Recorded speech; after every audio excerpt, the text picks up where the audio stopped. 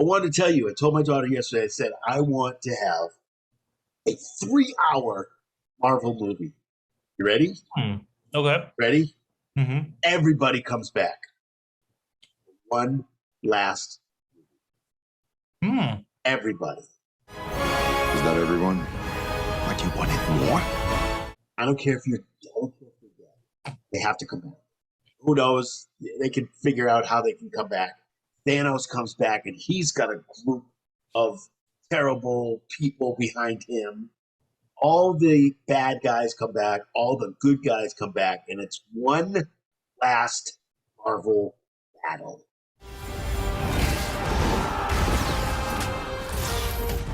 Everybody dies.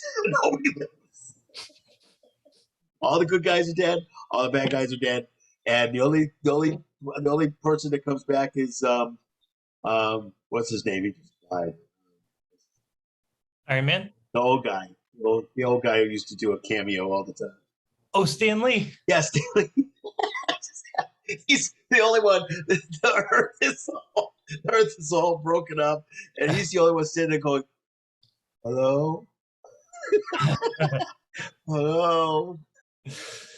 Nobody gone, and then it goes to black. I don't know where I come up with this. What do you call it? You got to think of a name. That's what I'm thinking. Like Avengers. Avengers Return. Oh, Return. Avengers Return.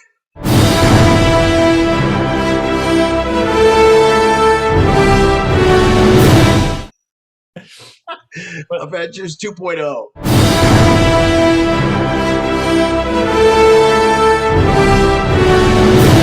No. What about? Are you ready for this? What Yeah. about Avengers Excelsior?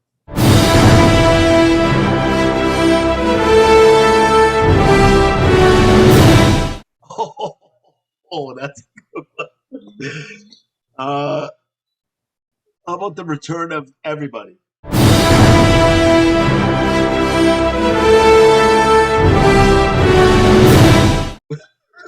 Everybody.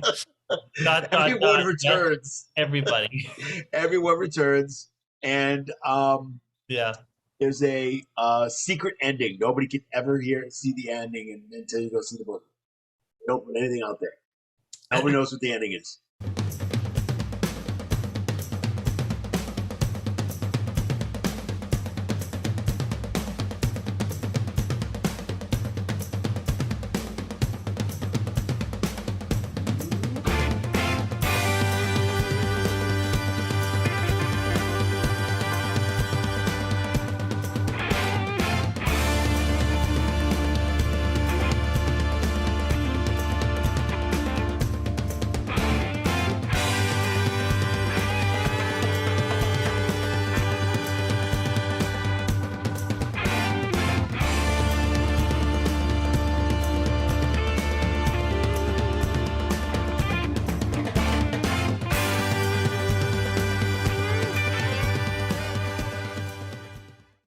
Hey, what's up, everyone? How you doing tonight on a wonderfully, incredibly hot night? I mean, like I got like a fan running. I got like 10 fans running around in this house. But how's everyone doing? Hope everyone's had a good week. I'm Kyle, joined by co-host here, Doug. How you doing, sir?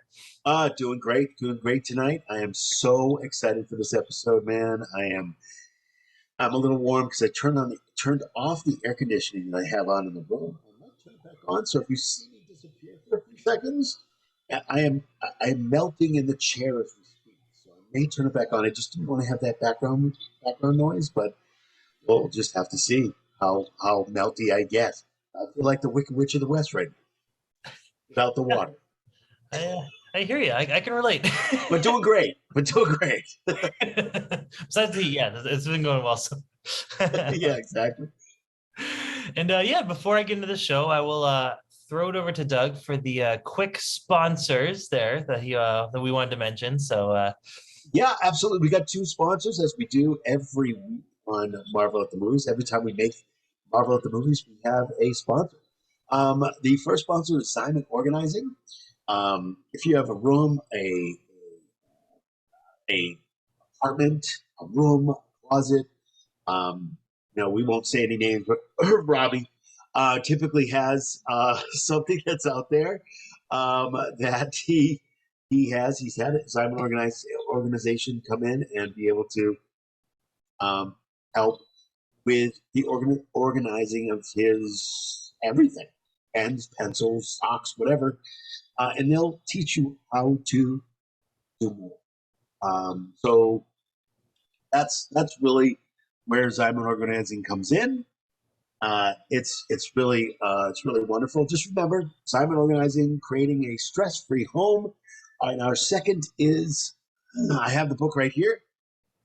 Oh, let's see it. I have to put it in front of my face because obviously I have in my background, so it's in front of my face. This is great Zoom stuff right now. This is awesome.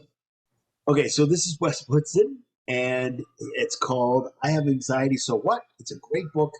Talks about his story about anxiety. I think it's really important out there with everything that we hear in the news out there. 80% of it has to do with somebody who has some kind of mental illness or something like that, maybe even more. Super important to talk about. So let's get out there and talk about it. Wes goes out there and talks to groups. Please pick up his book. It's awesome. Again, it's Wes Woodson. I Have Anxiety, So What? Those are our two sponsors, and I'm going to hand it right off to you. Cool. So yeah, no, those sound really great. Gotta love them. And yeah, no, just sorry, I'm just like really hot right now. Just like I gotta cook myself over here. So I'm just like he's gonna get air. Kyle, I'm gonna go on by myself in a little while because Kyle's just gonna faint from the heat. Save yourself. No. Exhaustion. Oh my goodness. I'll just keep going. I'll call 911 and I'll just keep going. Sounds good. Go to Kyle's house, please. Thank you very much. He's got a little heat exhaustion right now. But no, we got a great episode coming to you guys tonight. So we were gonna start off by honing in on one of the more recent Marvel movies that came out, and we're gonna talk about Doctor Strange in the Multiverse of Madness. Now that movie, like we'll get more into that later, but it was a very fascinating movie.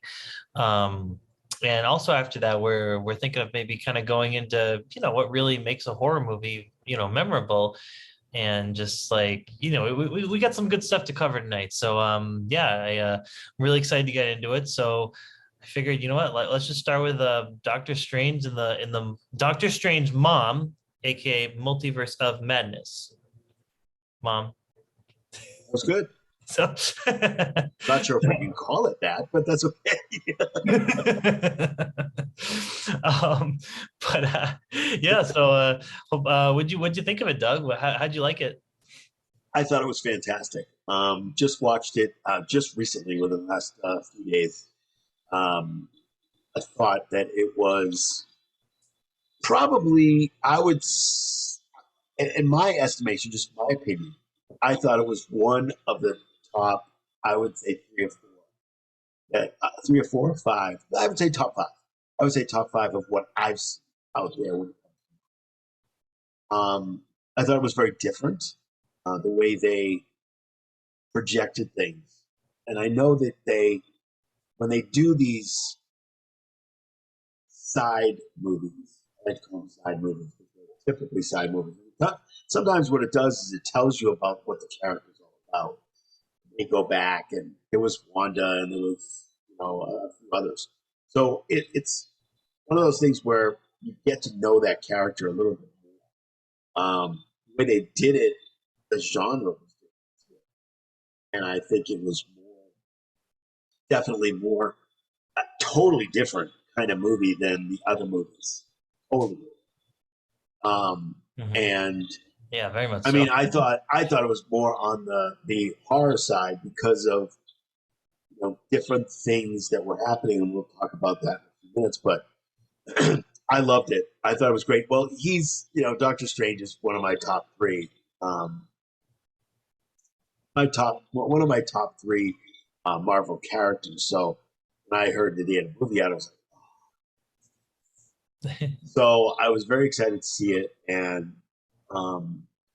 when I saw it, I kind of had my mouth open at sometimes some of the parts because I was like I wasn't really knowing what to expect. Except my daughter said it was totally different, and that it may be more on the horror side. She just wanted to warn us a little bit. Hmm. About it was on a little bit on the horror side, and just wanted to make sure that we knew, um, kind of what was going on there. But I thought it was great.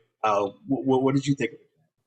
I I loved it. I actually thought it might be one of my favorite movies in the whole series. I'm not gonna lie.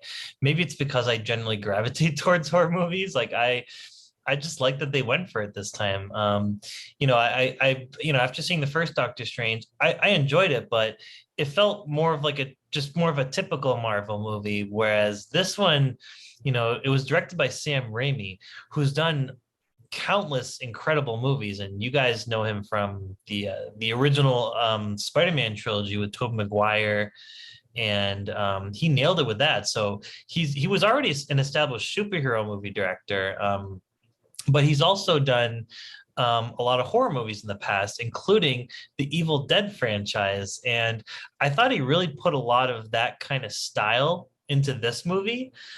He used, if you really notice, like just even when I initially watched it, I was I was watching it sort of like looking for those Sam Raimi isms and like all the like the different shots that he used. And he really did. You could tell it was a Sam Raimi movie at times, especially for me, the scene when, I don't want to spoil too much because like there's a People lot. haven't seen it, right? Yeah.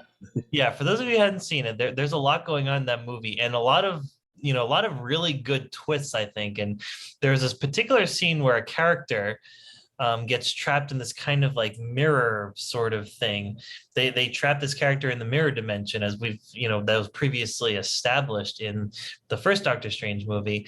But then the way just that whole scene is shot with like the zooms and everything, like it it's a Sam Raimi movie. You could tell right away all the zooms and the tilts and everything. Like he has a very unique way of directing, and I really saw a lot of that in this movie, and I really appreciated that. I like how Marvel really let him kind of like make his own movie, and it was more so a horror movie. In a lot of ways, especially when certain characters were chasing other characters.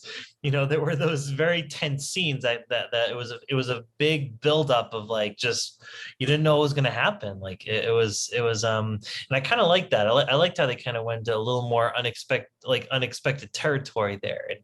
And whereas like certain movies, you can kind of predict how it was going to end a little bit, but.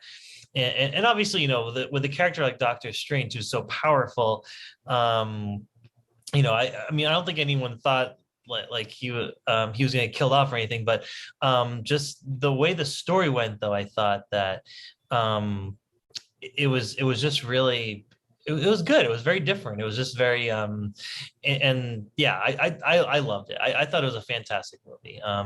Just definitely one of the more memorable ones, and I thought the acting was great too. A lot of great performances. I love Benedict Cumberbatch. I love, Scarlet Witch. Elizabeth Olsen plays Scarlet Witch in the movie. And I just love all the character arcs that happen. I thought every character had a very satisfying arc in the movie. So yeah, no, it was great. It was really cool. Yeah, I thought the well, now 16, but she was 14, I think, when she made this movie. The new that I think is it America? Oh yeah. The younger girl. Yeah, the young girl. I think there's been some prediction out there, including from my daughter, that says that they're hoping that they make a movie about her, and she's maybe one of the new young young Avengers. I think Yeah. they're going to start putting together some younger people that we've lost some, so we have to get more in the group. But yeah, I thought she did a fantastic job. Especially, I saw her on an interview. I guess she's actually a black belt. So a lot of the stuff that she did that she had to do that has to do with fighting sequences, I don't think she had a problem with. Obviously you're not really fighting, but it's really I thought there was some interesting, things in this one. were some really, really like ugly monsters. Yeah. I mean, just like really, like when you think of monsters, you think of different kinds of things, but these were very, very, very specifically ugly. They were really, really bad, ugly. Not bad like in this is a bad movie. Yeah. No, not at all. These were just ugly monsters, and they were like, oh wow, that one was pretty cool. I wonder what would happen if that was at my door. Creative design. Exactly. Yeah. I thought the creativity was fantastic, but it makes sense that Raimi made the movie, so it makes sense that he put Yeah. his touch on it. And again, I know it just came out. It's kind of interesting that monsters are just really ugly, so it makes sense that Raimi kind of put this together like that. Yeah. Yeah, I mean, there would. I don't want to bring too much up, and I guess the reason is because I don't want people to look at this episode and go, "Oh man, what did I watch this episode for? I haven't even watched it yet." Yeah. So I don't want to do too much, but I do want to ask you a kind of a Wanda question. Okay. There was a question about, when you go into the multiverse, you have in the multiverse that you're in, you have when you go into another area, another multiverse, another. My question is that Wanda seemed to have powers in each one that she went into. Yeah. How did she have those powers in each? That was my question, and maybe it was too logical, and maybe I shouldn't have brought it up in the first place. But I was just wondering, how did she have?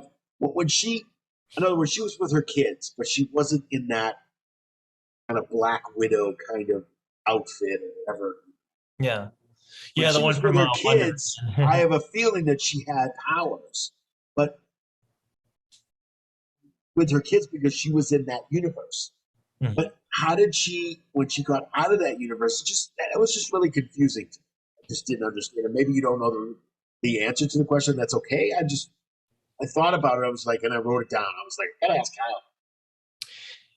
It's a good question because I think maybe there are some cases where there's certain universes where those heroes won't have powers, but there are other cases because it's a multiverse and there's like infinite universes out there. I think they've established that in that universe, I feel like she did have powers. So if she's like, Okay. I think yeah. So even though it's interesting because they didn't establish whether the kids had powers or not, which I find interesting because in WandaVision they did have powers. But in this movie, they didn't say they didn't have powers, but they didn't say they did either. So it's I don't know. You could kind exactly, and that's I just looked at it in a different way when I started. Maybe I'm looking at it too much, but you just watch the darn movie, man. It's like what are you looking into the movie for? They're gonna be like little tiny mistakes in it, because no movie is perfect that I know of. Some of them are close, but they're not perfect. Yeah, it could be some kind of yeah. I mean, there's always. Yeah, I mean, I just thought it was interesting, and that's why I brought up the question in the first place. No, that's a good question. Actually, I think that's that because when you look into the whole idea of the multiverse, it's very there's like infinite possibilities of who these characters could be and like what they can do, and yeah, I feel like when you they're different in each universe, each multiverse that you go to. Yeah, they're different in their characters. So when they go and they see their own character, that character is different because it's a different multiverse. Yeah, but that's what confused me a little bit. And I was like, wait a minute, how does she have powers here? If she, I know she's got powers where she came from, but how does she have the power in this multiverse that she went to when she's totally different? Again, it was her against her with her kids, when her kids were, kind of hanging out in the house and stuff like that. And they were all, very good. That's the scene that I was confused about. Like, yeah. That's And down. also, the other thing you got to think about too is that so this one movie I saw, and I'll see if I can review it maybe at the end of the episode if we have time. But there was this incredible movie that you have to see, Doug. It might be my favorite movie of the entire year. I'm gonna put my hands down on that one. Like it's called Everything Everywhere All at Once, and it is, in my opinion, the godfather of multiverse movies. That movie is phenomenal. All right, I wrote it down. I Check it loved out. every Is it on the streamer right now? Or is it in the movies? it was in the theaters like a few months ago, and it just came out on demand. I think you can, like, it's not on any channel yet. It's not like on any Netflix or Hulu channel or anything like that, but I know you can rent it at the very least. Okay, But it could be is, on Amazon or something like that. yeah, you could probably find it there, yeah. But it is phenomenal, and in every way, shape, and form that I can ever think of a movie can be pretty much. And that's one of those, to me, near perfect films that I saw. Okay, so I'm gonna say one thing. I'm gonna say a Uh-huh. phrase. I'm not gonna talk about it because I don't want to talk about it too much. Although with these kinds of episodes, we should assume that lots of people have seen it. So, but I don't want to ruin it for anybody who hasn't. Uh-huh. Everybody has to pay attention to the pizza roll and vendor. Okay. Now, I'm not going to say what happens, but it's incredibly funny. I'm not going to tell you who the actor is. You have to look at that scene because it is very, very funny, and you have to watch not just to the end. You have to watch through the credits until like the very, very end because it's very funny.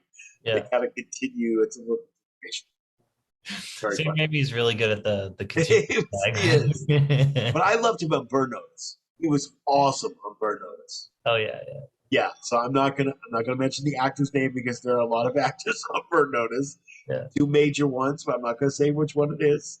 Yeah. You might not recognize him right up front, and that's okay. But you have to watch that particular. I actually asked that one. I did that one, Like, and I thought the Doctor Strange fight, Doctor Strange against Doctor Strange. oh yeah. I thought that was phenomenal. You may have to back up that fight to watch it again. Like If you're just watching it on Disney, watch it, back it up, and watch it again because it is phenomenal the way they yeah. really, really good. It really is. Like just visually that movie was so striking, and just there was so much going for it, and like I just loved every Did second you of see it. that? Did you see the credits? You have to see the credits because the amount of people that were on, XTR, RTX, or whatever it's Yeah. called, whatever that digital, there were like 1,000 names, maybe 2,000, maybe 5,000 names just on the special effects. It was That's a lot. unbelievable how many people were on the special effects. It was incredible. And how many people assisted with the people who were doing these special effects. That was another 5,000. It was I can only incredible. imagine. It was incredible. It was absolutely incredible how many people. I've never seen that many people on effects. But when you see the movie, it totally makes sense. Yeah.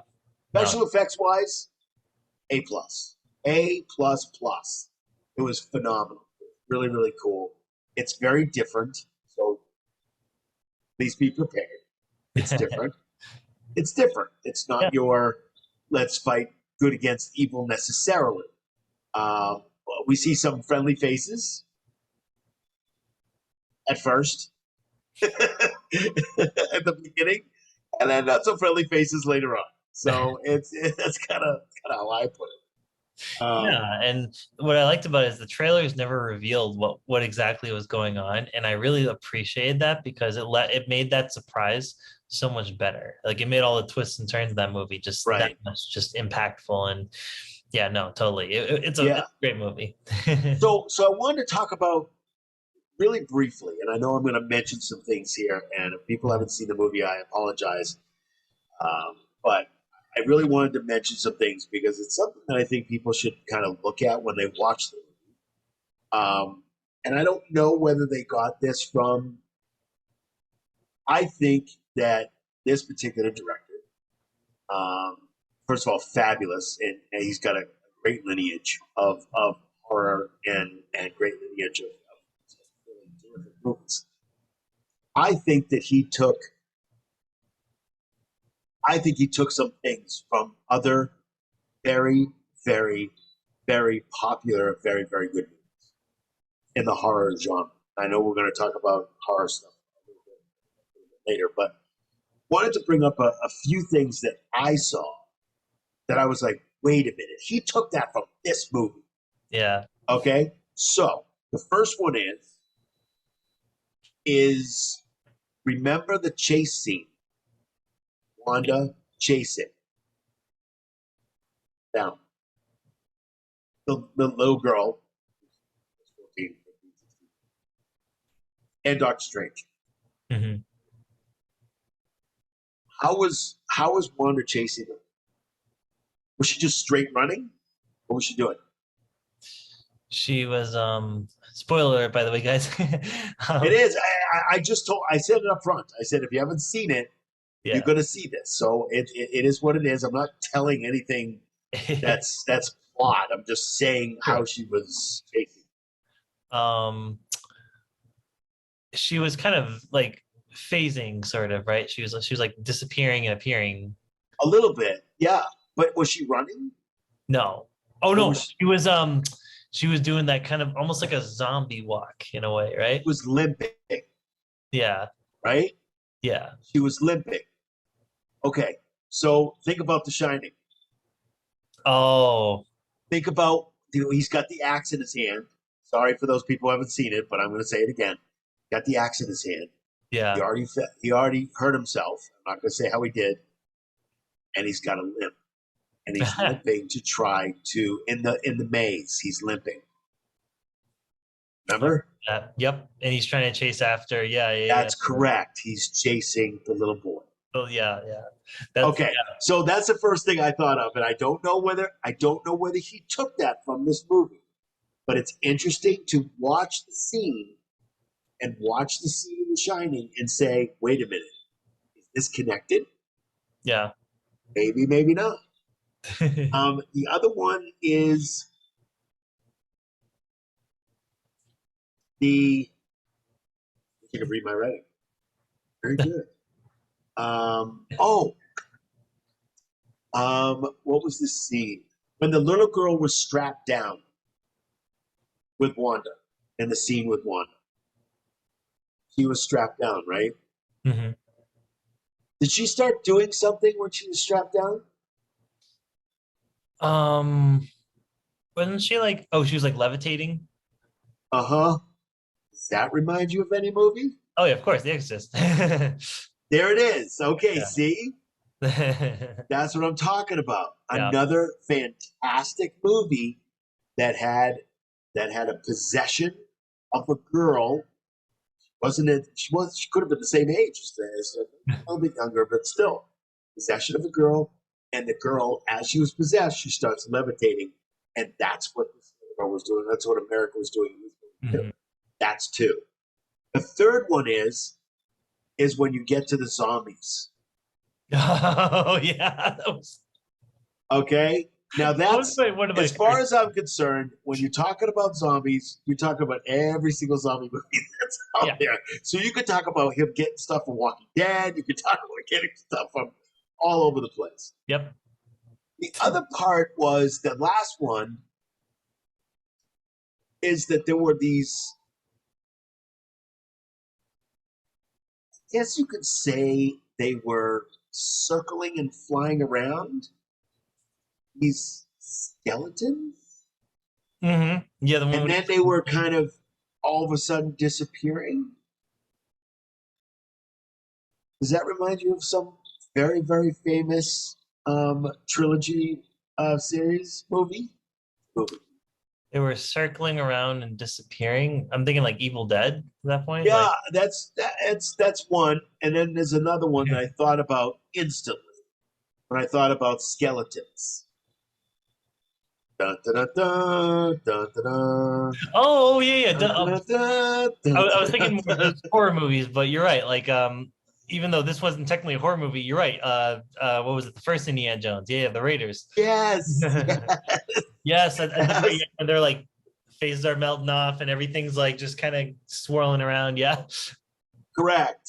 yeah, They exactly. You got the skeletons like going like this, and it just crumbling around you. I mean, that's the first thing that I thought about. Again, these are three different things that I looked at. I started writing them down. I was like, oh, that's from that movie. That's from that. Now maybe it wasn't. I don't know, and that's all good. But that's what I thought. hmm. That's what I thought. No, totally. I just thought that was phenomenal.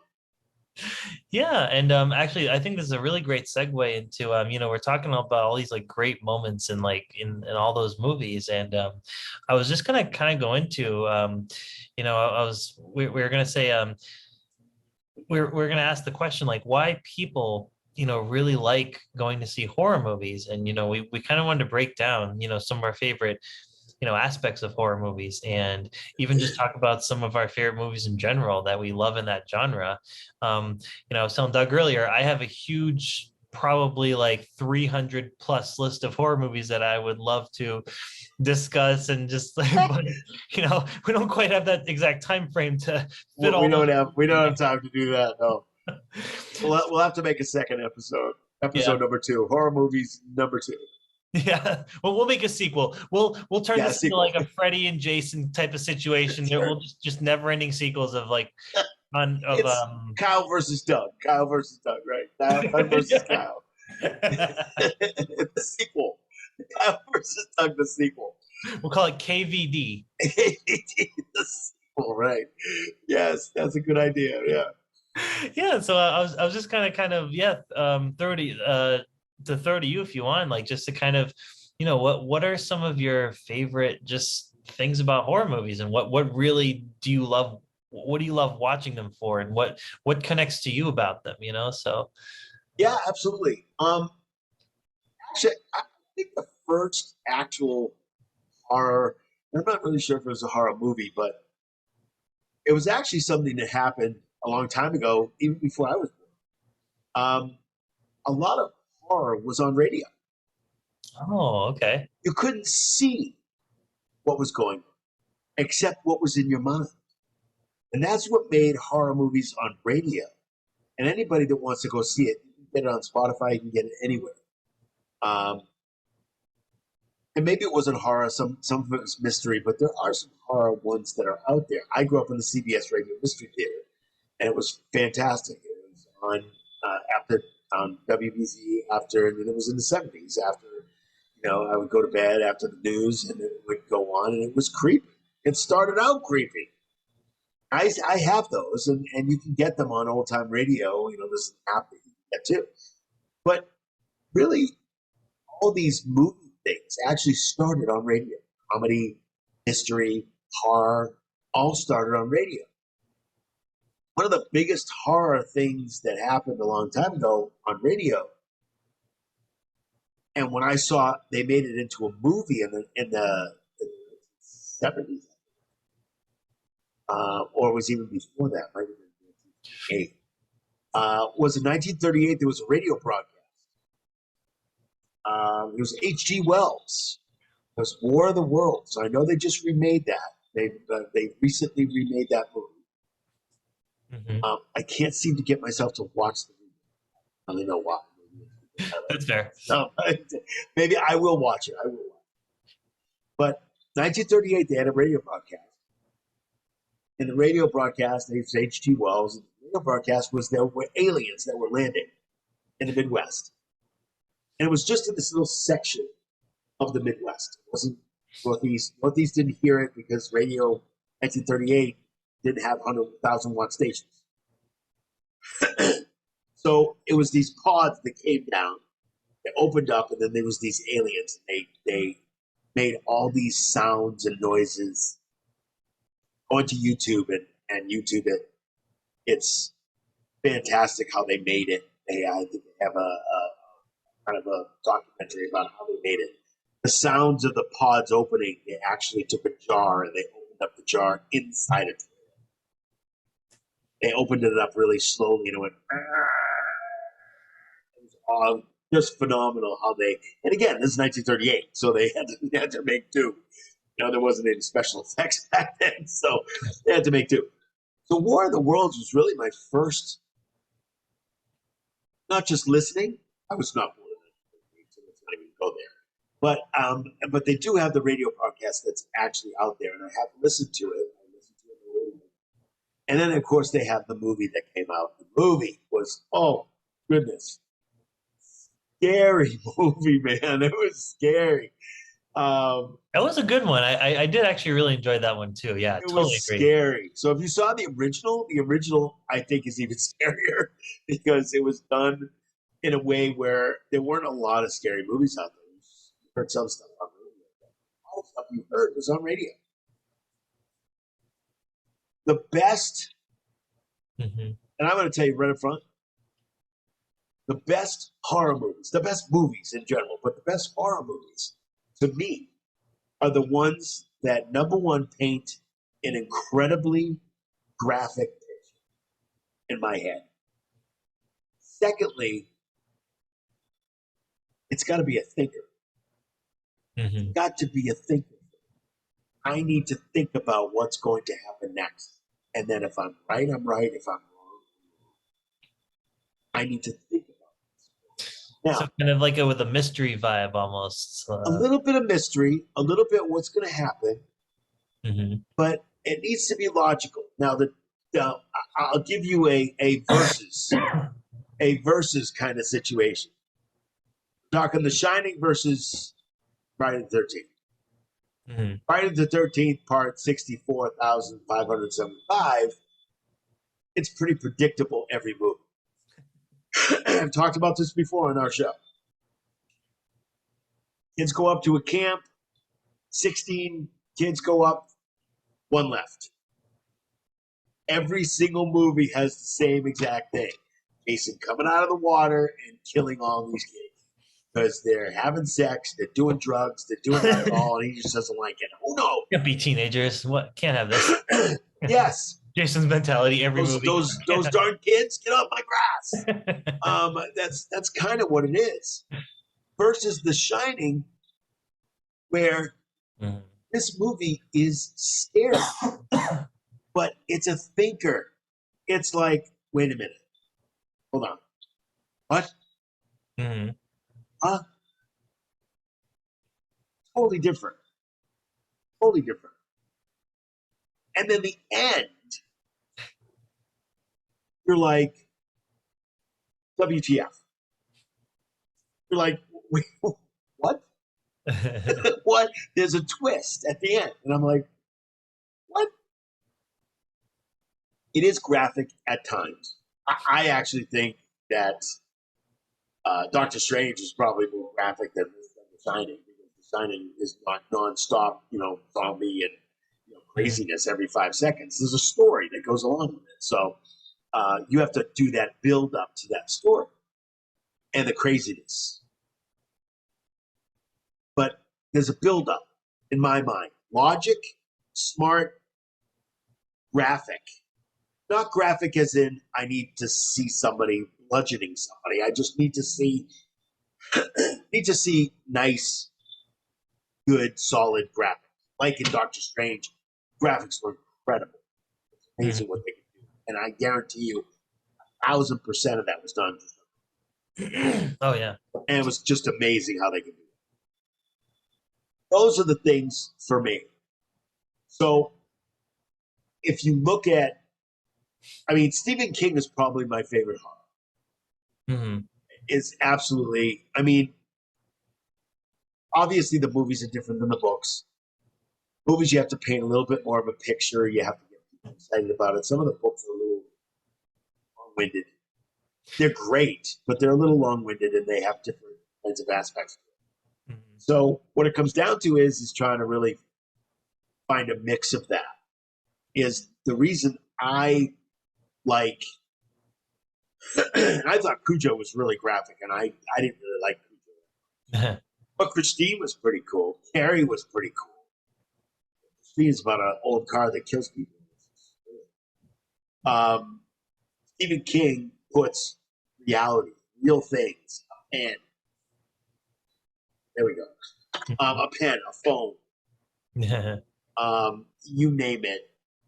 Put different things that are real in our lives, and he makes them absolutely horrible. Mm-hmm. This is what Stephen King's writing has been for years. He still does it. So that's the kind of one I like. I like the intellectual horror. You can say that. Yeah. The ones that make you think. The ones that are graphic at times. Now, if you haven't seen The Shining yet, there's an elevator scene. Yep. But really look at the elevator and really look at what's coming out of the elevator. Like, it doesn't even look like that. It doesn't even look like what's coming out of it. It's hard to make it look like, that I think it is a little difficult, but they could have had that a little thicker, depending on, what it is. But still, that's the kind of thing that they had back then, as opposed to now where they could probably just project it on. But yeah, that's the kind of thing I need to see. I need to see intellectual horror. I don't need to see, which I have seen. I'll admit it. I've seen it. Okay, how's this kid going to be killed? Yep, he's having sex with his girlfriend in the cabin. Oh, my God. Guess what? Jason's under the bed. Oh, here comes the spear. There it is. Okay, not very intellectual, not very thinking. Okay. No, like we know, Kyle, we know as soon as these kids that are kissing walk in the door, we know they did it. Yeah. We know they're gone. We know. Yeah. We just don't know how. Yeah. That's even the how. Even the how is not even intellectual. Yeah. You know what I'm saying? It's not even, it's like it's like that's all it is. Let me guess, it's gonna be something sharp. If it's not it's gonna be something sharp. Like that pointy thing on the wall or whatever, just like Right. He looks over, he sees this machete on the wall. God knows why the machete is in the cabin. We don't know why the machete's in there, but yes, we know why, because he's going to kill 2 more people. If you want to go and just see people get killed, great movies. Go see Friday the 13th, part 474. Yeah. It's wonderful. It's great. Fabulous. Want to see intellectual horror? I would even put the Evil Dead series in there. Absolutely. Yeah. As more of an intellectual kind of situation. It's I've seen a few of them, but I'm sure you can give me more of an aspect of that. But again, I think that's what brings me to seeing horror. Yeah, no, I totally agree. Like, especially when you look at a movie like The Shining, what works so much about that movie, and even I would say, because I heard about the book and stuff like that, and I think a lot of people, I've kind of read why there's a lot of people that gravitate towards the movie even more than the book in a lot of ways, is because the movie actually constantly, asks the question, is this real? Or are these people going insane? So it's kind of got that, it's not just a straight up ghost story. It's kind of like a psychological horror movie too, about literally these people that are trapped in this snowstorm in this hotel. And that's what it's a family. It's a family. And that's what makes it even more real, is how many families go to hotels. Right. Every family in the world that I know of, at least that I know of, has spent even a little time in a hotel. Yeah. And this is secluded too. By the way, it's a real hotel. It's up in Maine. It's a real hotel up in Maine. Of course, it's in Maine. It is called, by the way, it is called the Overlook. So it is actually real. I think the inside is a little different, but still, you're absolutely right. It's really trying to figure out, is what I'm seeing really happening? Or is it not really happening? That's the kind of, it's like a guess who kind of thing. It's like okay, what's really happening here? Is he really going out of his mind, or is his wife just pissing him off? His kid's driving him crazy. So, is that really what it is? Or is there something else? And that's what kind of makes you think. I'm not going to tell anybody what the ending is. I'm not going to tell anybody what the No, you the guys rest got of the movie's all about because it doesn't make any sense to do that. You have to see it. By the way, I think it's on HBO or Netflix. I think it's on HBO Max. yeah, that sounds about right. Like I can definitely see that, but Yeah. So it's one of those things I'm also trying to convince my daughter. She says I'll see it, but I want to see it during the yeah. day. Dark. Ooh, we think of dark. Ooh. So yeah, that's what I look at. I need to have an intellectual kind of thinking kind of situation when I see something. Every once in a while, I like not to think and hey, let's go see a Freddy movie. Let's go see a Jason movie. Oh, okay, yeah, we Dumb can sit fun, there yeah. and talk, and we know what's going to happen. So, Yeah. but what's your thoughts about what you would think? Why do you like horror movies so much, and why do you? You know, it's one of those things where I just I love the genre because I feel like it really gets into real human emotions and real human like problems, and it really hones in on that. And you know, a lot of the movies I feel like that really are successful, they really nail the story, they nail the characters, and even some of the most successful horror movies in a lot of ways, it's kind of about what you don't see. And that's what really works for a lot of those, like even like kind of like one of the best examples I think of that kind of just nails all of that all at once. And I have like my list over here, see if I can just narrow it down to just like maybe By the way, people, I saw this list. It's like the longest list I've ever seen of movies in my life. I'm like, I don't think we have time to talk about all those. oh, It's an definitely not. impressive, very impressive list, though. I agree with that. Very impressive. Thank you. But one of the movies I really enjoyed, and this is kind of in the same vein as like The Ring or Ringu, if you want to go with the original Japanese version, and Ju-on, also known as The Grudge, two of the most like high profile, like, you know, Asia in all of Asian's horror cinema, just, you know, really great movies. But, you know, I did want to talk about this one. This one, I believe, was actually from Thailand. This one's called Shutter. And what these movies all do great, including Shutter, and especially Shutter, Shutter really stuck with me in a lot of ways, because they did. But first of all, a lot of these movies, there's really no CGI. These movies came out at a time where horror movies were very creative in how they use their effects and how they use like a lot of the shots and like the build up and like just the inherent creepiness and you know the characters you followed were, it was very engaging. And like a lot of these, and pretty much most of these movies had like an ongoing mystery. You know, there was this ghost that was kind of stalking the main characters. But the thing is, though, it's not just a simple, like, you know, ghost chasing the characters to kill them off. There was a reason for it, and something happened, and you don't know why, and you're trying to figure out the mystery with these characters. And that's what works so well in like Ringu and Ju-on, and especially Shutter just, I thought, was so effective in so many ways. Like they kind of it made cameras scary essentially. So if you're a professional photographer, this movie might scare you out of the profession. So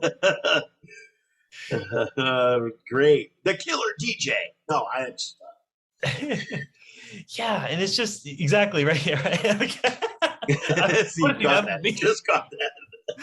Let's see that movie. Yeah, let's see that movie. I could probably make that movie. Yes, not that I've done anything. I've done do it. stuff. I haven't killed anybody. I promise. I just talk about horror movies. No, but like kind of like you said earlier, it kind of goes back to, like, you know, that point you brought up about Stephen King about making kind of everyday aspects of everyday life just seem very scary and very stressful. And you wouldn't think of it. You wouldn't think of it in 2 seconds that a car would like get in the car and all of a sudden it's like possessed. Yeah. The dog is possessed. You know, you just don't think about these kinds of things, the stories. that can come, and you kind of wonder. You sit there and wonder. As I said, I did a report on Stephen King when I was in high school. Year in high school, I did a report on him, and I actually sat down and before I wrote the paper, I said I read some of his books, and I had already seen The Shining at that point, and of course, I said to myself, "This is crazy." I mean, is this guy like really? Does he really? How does he think about these things? So, that's kind of that totally makes sense. Yeah, no, totally. And like just and even a movie like when I was mentioning earlier, The Grudge, because like Shudder, The Grudge, and The Ring all have kind of these like ongoing mysteries, but The Grudge actually presents it. If you watch The Grudge, or Ju-on, sorry, I'm going to kind of refer more to the original Japanese version, because yes, they did have American remakes, not quite as good, but still did okay. Still actually weren't too bad. But Ju-on actually plays sort of like a Quentin Tarantino movie in the Oh, way really? they actually because like I think it kind of took a different approach to how like they were solving the mystery, and you kind of find out more and more about this, like because it's the Ju-on's more about a haunted house, and you're wondering what's going on, why is the house haunted, and why are these ghosts like being very deadly. And the way it showed it was they kind of showed it out of sequence, kind of like a Pulp Fiction. Like that's what it reminded me of. It reminded me very Oh, much of yeah. like the way Pulp Fiction kind of like did the Yeah, movie. Pulp Fiction confused me. I was Yeah. totally confused. I've watched it several times since the first time I watched it, so it's a little better. But I was like, Yeah, right. Because they tell it out of order, but it worked so well with The Grudge, because you're thinking, oh, they're like because Pulp Fiction is a very different genre of movie. right. It's definitely more of a kind of a crime thriller, whereas whereas Ju-on is just a straight up horror movie. But it just worked so much in both of those movies' favors, I thought, and it was great. And another one actually that kind of I actually you're gonna be surprised with this one. This one's gonna kind of come out of left field, but we had talked about The Exorcist earlier, and how very like just revolutionary The Exorcist was, and using like a lot of the shots and like just the directing and the inherent creepiness and buildup. I actually am a big fan of The Exorcist 3, believe it or not. Which I know you're thinking like, what? The Exorcist 3? That's just some random sequel, right? No, actually, so that one I think is one of the most underrated horror movies of all time. It actually stars George C. Scott as a troubled detective, and it's actually more of a, and that's what I love about it. Like it's got that kind of mystery angle in it too, and it's literally a detective movie, but with horror elements, and like it's got The Exorcist, like the theme and the spirits and everything, and it has, in my opinion, maybe quite possibly the best jump scare in movie history. I like it. Just you don't even expect it. You don't, and it's just such a brilliantly shot scene, and it is unbelievable. I'll have But to check that out. yeah, it's really. I think I saw it. I just don't remember it. Oh yeah, because it came out in like 1990. It came out a little while ago, but it I just liked it too, because George C. Scott, he kind of plays like, there's a lot to his character. He plays a very troubled detective, and you kind of figure out more about his past and kind of how he got to where he got to. And one of the most engaging mysteries of the movie was he finds out that, I think it's his name is Father Merrin from the first movie. He gets word that, oh, Father Merrin's back. And and that's the whole kind of like drive of the mystery. And you're like, wait, how is he back? Like, like spoiler alert, he dies at the end of the first Exorcist. Yeah, really is. How is he back? And then the movie goes into this like really crazy journey, and it's really good. I really liked it. Very underrated.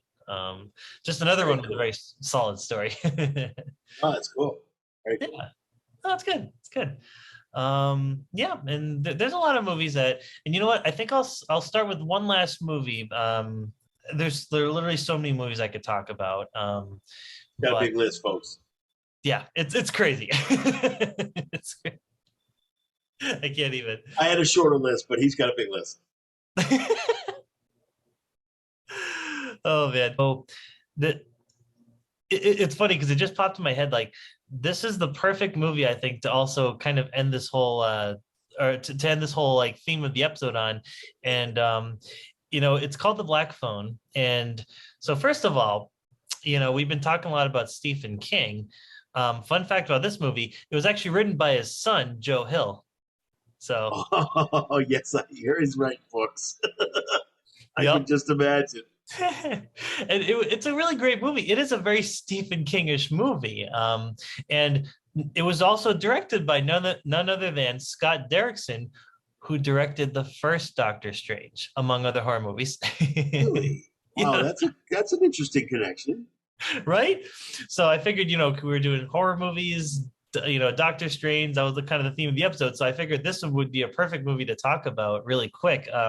It actually literally just came out this year. It was put on delay for a little while. So, long story short, I don't want to get into too many spoilers, but it's about this, small town. You have this, this like 13-year-old boy and his younger sister, and they're just kind of getting by. They have not the best living situation. They have a single father who is really awful to them, just really mean. And what happens is this kid gets abducted by this character played by Ethan Hawke, who is this really creepy guy. He's called like the Grabber, which is, I know it's so weird, but like It sounds like Ethan Hawke, though. Yeah. I mean, we're watching right now. I've got 2 episodes in the Moon. What's it called? Moon Knight. Oh, of course, because he's in Moon Knight. I forgot about that. Yeah, I've watched 2 episodes and Ethan Hawke is in it, so it's a perfect role for him. Oh yeah, he's very, very good. That's right. I only got 2 episodes, so we're not going to talk about that right now. But I just wanted to say, yeah, well, that'll be a show we'll reference later on down the line. Yes, I'm sure. But basically, he plays this like really creepy kind of child abductor, and he's abducted kids in the past. And basically what happens is the first half of the movie kind of sets up the boy and his younger sister. The boy constantly gets picked on by bullies. He just does not, he cannot stand up for himself. His younger sister, who is the incredibly badass one, ends up actually having to stand up for him all the time. And basically what happens is he gets abducted like about halfway into the movie, and the whole like really tense part of the movie is how is he going to escape? Like you're thinking, okay, like he got captured, and like how is he going to get out of this? Like, and is he going to get out of this? Like, and eventually the movie has some very interesting kind of Stephen King-esque twists, along the way, and kind of reveals that. And you watch the movie, like if you decide to watch the movie, like you'll know what I mean. It's a very, very Stephen King movie, small town. It's got kind of a bit of a spiritual kind of Stephen King vibe, That's a Stephen King, small town in Maine. That's what it is. Yeah. But it's actually a really good movie. It's not quite as scary as some of the Scott Derrickson's other movies. He's done movies like Sinister, and there was that courtroom drama movie, The Haunting of something. Oh no, The Exorcism of Emily Rose. That's the one. Right. Okay. Yep. Yeah, so he's a pretty solid like modern horror director. But The Black Phone, I thought, just had a really good message, and the whole message of the movie is about standing up for yourself, and I just really appreciated that, and I just thought it was a really great movie to watch. So it's not like I said, not the scariest movie. It's definitely more kind of a thriller, but obviously with some Stephen King kind of like vibes and undertones and everything. So definitely check that out. Vibes in it. Yeah. So yeah, definitely check it out. It's a good movie. I really enjoyed it. So but I was just gonna say, as we're kind of winding down the episode, I was gonna, Doug and I had a couple movies that we wanted to talk about. So I am literally gonna toss this back to Doug over here, and yeah, we can kind of end the episode on a good note on some good movie reviews here. So. Yeah, excellent. So this is not a horror flick. So this is going to be against the genre that we just talked about. But I wanted to mention something, and I've seen it a few times already, and it's really good. And it's kind of like, when you see if anybody has the Hallmark Channel, you're always seeing, so many holiday movies, and then they have holiday in July. So the summer, Hallmark, you can see, Christmas in July kind of situation. So they have all the movies that they played in December, they replay them again, and some of them are kind of corny. It's all corny. It's Hallmark. It's got to be corny. Yeah. And some people hate it, and I get it. I understand. If you want to see a movie with always having a happy ending, you always have to go to Hallmark to watch those Christmas movies. This one has a little bit of a twist to it, and again, it's not necessarily. It's actually on Netflix now. It's been on there for a while, and it's a movie I like to watch over and over again. First of all, the music is fantastic. It's with Kristen Davis, who was in Sex and the City. I'm sure she's been in a few other things, but that's kind of what she's known for. And our old friend, who I'd love to get on our show, which I'm going to try to on our show. I would go nutty if I saw this guy, if I got this guy on our show. Is somebody I grew up watching. It's Mr. Rob Lowe. Is also in it. He plays a very cocky bushman. A lot of it takes place in Africa, a little bit in New York. What happens is about this family. Kid goes off to college, and the husband says to Kristen Davis, "I'm leaving you." He sets up this whole thing about going to Africa on a second honeymoon, and he says, "I'm leaving. I don't love you." So the whole thing takes place once she gets to Africa. And it turns out, and she's kind of this luxury penthouse lady, but it turns out that she actually is a veterinarian, but she hasn't really worked in a really long time. So it turns out this is actually a movie about saving the elephants. I'm totally serious. It turns out that it's all about elephants, and you learn about elephants, and you learn about all kinds of stuff. Once you are at the point in the movie where you go to Africa, it's all about the elephants, and it's wild. I didn't think I was going to like it, except I pretty much everything that Rob Lowe and Kristen Davis said. But I think it's a great. It's almost like a family movie. You want to watch. You have a family, and you're trying to find something to watch. Go to Netflix. It's called Holiday in the Wild. It does have a tiny bit of Christmas in it, but not like the whole movie is not about Christmas. Tiny bit in Africa mostly, but tiny bit of Christmas. But I think it's really a great movie because it's really about saving the elephants. It's really about how elephants are and actually saving them because there are poachers out there. And and it's interesting because Rob Lowe says it right in the movie. He says, Kristen Davis says, "I don't understand. Nobody needs ivory out there." And Rob Lowe says the only creature on Earth that needs ivory are elephants. That's it. So that's why they're poached. They're not poached to eat. They're poached for ivory. And obviously, it's been on Hallmark. It's called Holiday in the Wild. It's very good. Kristen Davis. Kristen Davis also co-produced it. So that's kind of cool. Yep, she co-produced it. It was after she did Sex and the City. It's from 2019, and it is PG-13. No, it's PG. It's just regular PG. So I didn't see the 13 there. And it's on Netflix. Holiday in the Wild is really great, but it has this underlying save the elephants kind of situation. I would watch that. That's my recommendation. What is your recommendation this week? I know you have an exciting movie for us to listen to this week too. So, what's your recommendation, Kyle? Nice. So I kind of referenced this movie a little earlier when we were talking about Doctor Strange, but I quote this that in my opinion it is the godfather of all multiverse movies, at least up to this point. It is a fantastic movie. It's got some really great action scenes and just a lot of great emotion. It's called Everything Everywhere All at Once. And the cast, I wrote it down because I want to try to see it. It's really good. Like you got to find a way to see it. I might actually. I've been trying not to buy that many Blu-rays, because I don't want to like fill up my shelves in my house with all these things. But God damn it, I really want to get that movie. Like I just loved it that much. Like, What you do, what you do, you get a folder. We're going to do an episode about that. How to preserve your Blu-rays and how to make it like you don't have to put them on a shelf. Yeah. I'll show you how I do it. I love it. That's perfect.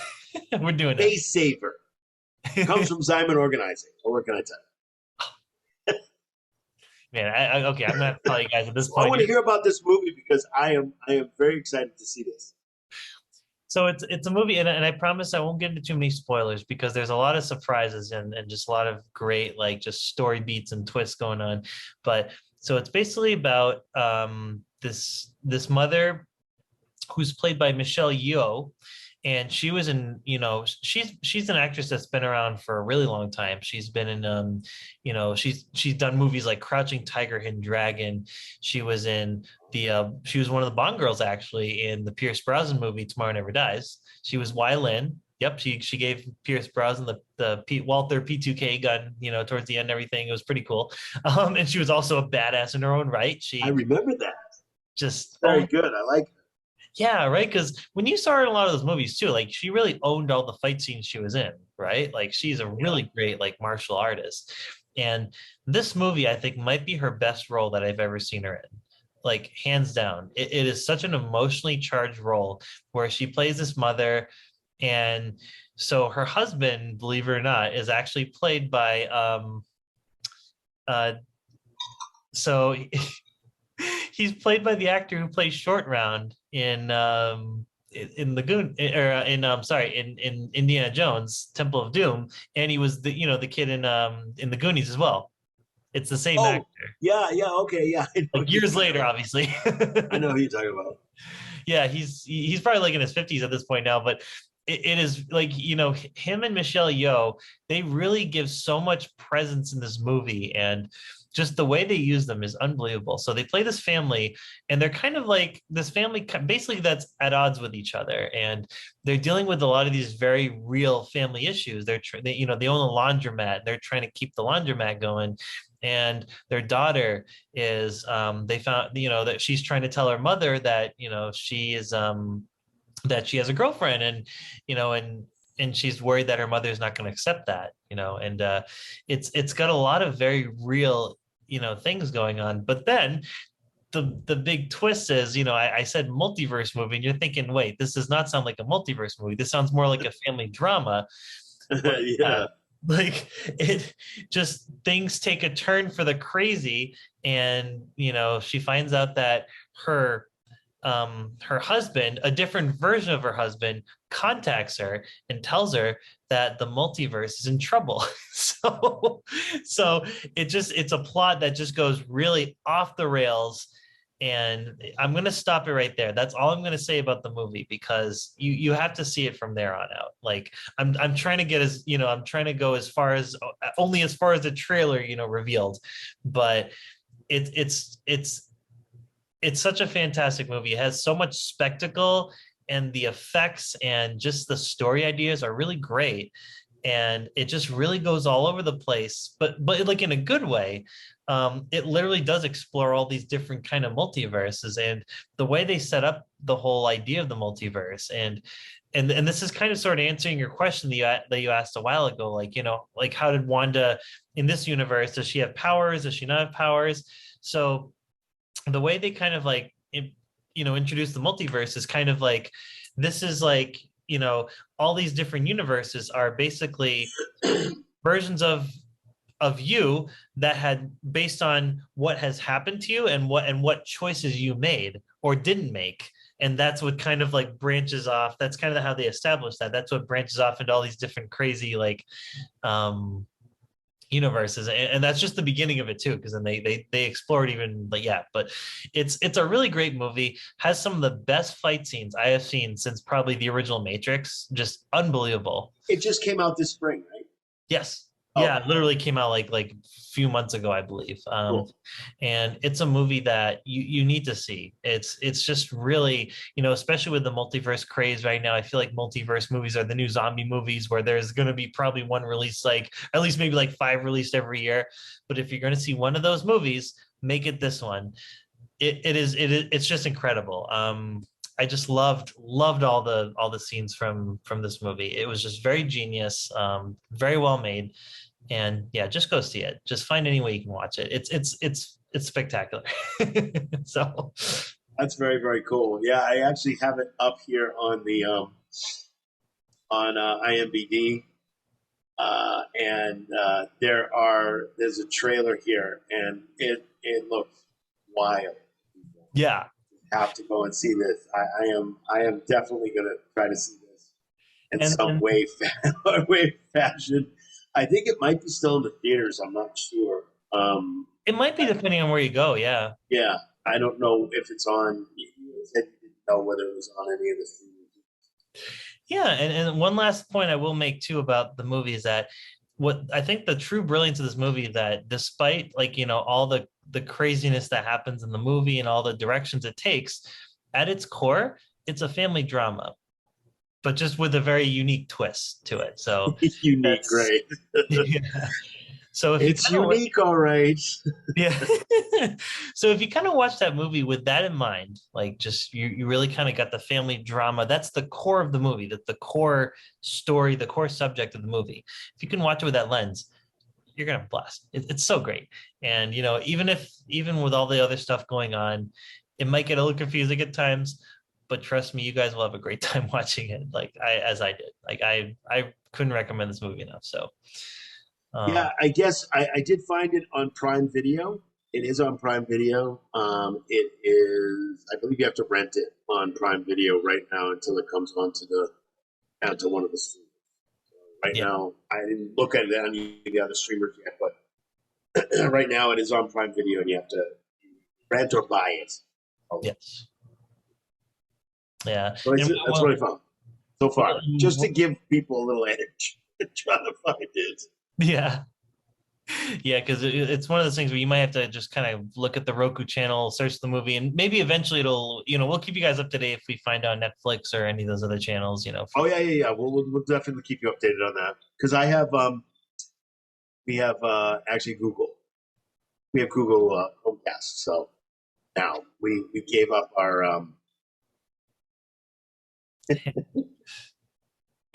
Amazon Fire Sticks were not really great. So, Yeah.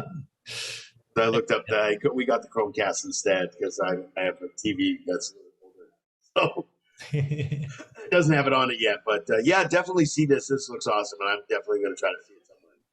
Yeah, I think you'll love it. Like it's just it's a solid movie. So, um, Cool, but man.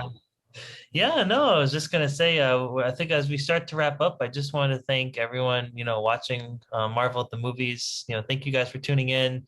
Let us know what you guys think. What are some of your favorite horror movies or multiverse movies, or just, what did you guys think of Doctor Strange and the Multiverse of Madness? Yeah, give us you know, some comments. We need feedback either way, good or bad. That makes us better if it's bad. yeah, It's all good. we're open to any constructive criticism. We can Correct. definitely do that. So, Correct. We always encourage that. yes, definitely.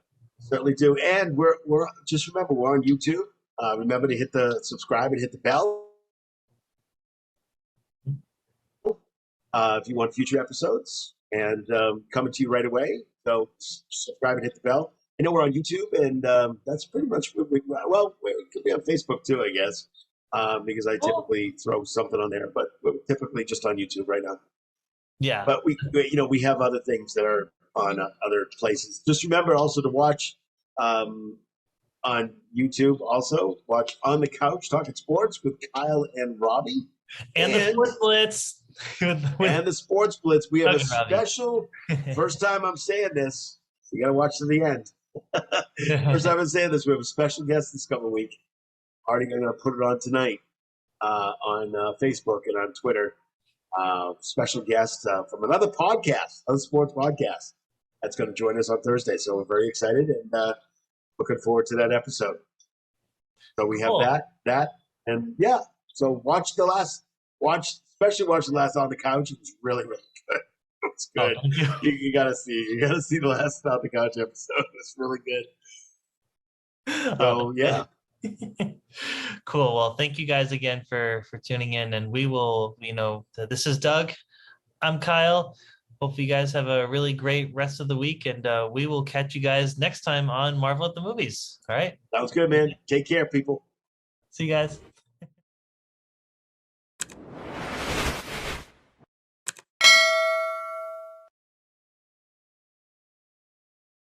Here we go. All right. Let's see. All right. Get your game face on. Yeah, there we go. Okay, the game face is on. Here we go. Oh, wait, that's a face hugger. Shit. Oh no, it's the uncontrollable hand. Oh no. Oh God. Okay, here we go. Speaking of horror movies, yes. I like this one. I like this one that comes back. You do that behind, like when you're in the doorway, and you go like this because nobody can see the actual hand until it comes to your face. Why am I thinking of these things? This is so bad.